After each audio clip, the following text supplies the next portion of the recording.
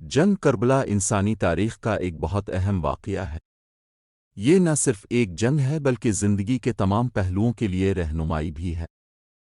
اس جنگ کی بنیاد حضرت محمد مصطفیٰ صلی اللہ علیہ وآلہ وسلم کی وفات کے بعد رکھی گئی تھی۔ امام علی خلیفہ بن گئے، کچھ بدکردار لوگوں کو پسند نہیں آیا، اتنی لڑائیاں ہوئیں، علی شہید ہو گئے، پھر حضرت امام حسن بن علی 6 ماہ خلیفہ رہے، وہ بھی ان کے بعد شہید ہو گئے۔ یزید اس وقت کا حکمران بدکردار اور ظالمانہ سمجھا جاتا ہے، اور اس نے اس کی حکمرانی میں غیر اسلامی کام کیا۔ عراق اور کوفہ کے عوام نے حضرت امام حسین کو کئی خطوط لکھے اور انہیں کوفہ آنے کو کہا تاکہ وہ اس کے ہاتھ میں بیعت حاصل کر سکے، اسے اپنا خلیفہ بنا کر۔ یزید چاہتے تھے کہ حسین اس کے ساتھ ہوں، وہ جانتا تھا کہ اگر حسین اس کے ساتھ آ جائے تو سارا اسلام اس کی گرفت میں آ جائے گا۔ بہت دباؤ کے بعد بھی حسین نے ان کی کسی بھی چیز کو قبول کرنے سے انکار کر دیا، لہذا یزید نے حسین کو روکنے کا منصوبہ بنایا۔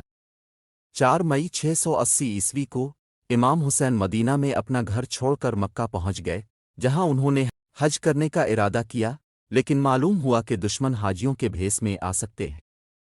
حسین کعبہ جیسے مقدس مقام پر خون بہانا نہیں چاہتے تھے، تب امام حسین نے حج کا ارادہ بدلا اور کوفہ شہر کی طرف بڑھے۔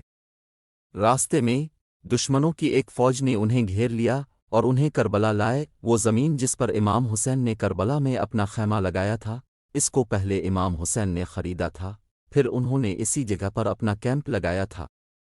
یزید اپنے قائدین کے توسط سے اپنی باتوں کو قبول کرنے کے لیے امام حسین پر دباؤ ڈالتا رہا۔ جب امام حسین نے یزید کی شرائط کو نہ مانا تو آخر کار دشمنوں نے نہر پر فوج کا پہرا لگایا اور پانی کو حسین کیمپوں میں داخل ہونے سے روک دیا۔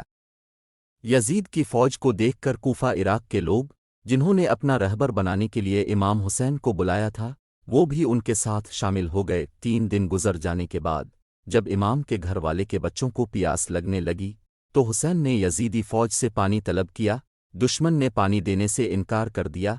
دشمنوں نے سوچا کہ امام حسین پیاس سے ٹوٹ کر ہمارے تمام حالات کو قبول کر لیں گے۔ جب 3 دن کی پیاس کے بعد بھی حسین نے یزید کی بات نہیں مانی تو دشمنوں نے حسین کے کیمپوں پر حملہ کرنا شروع کر دیا۔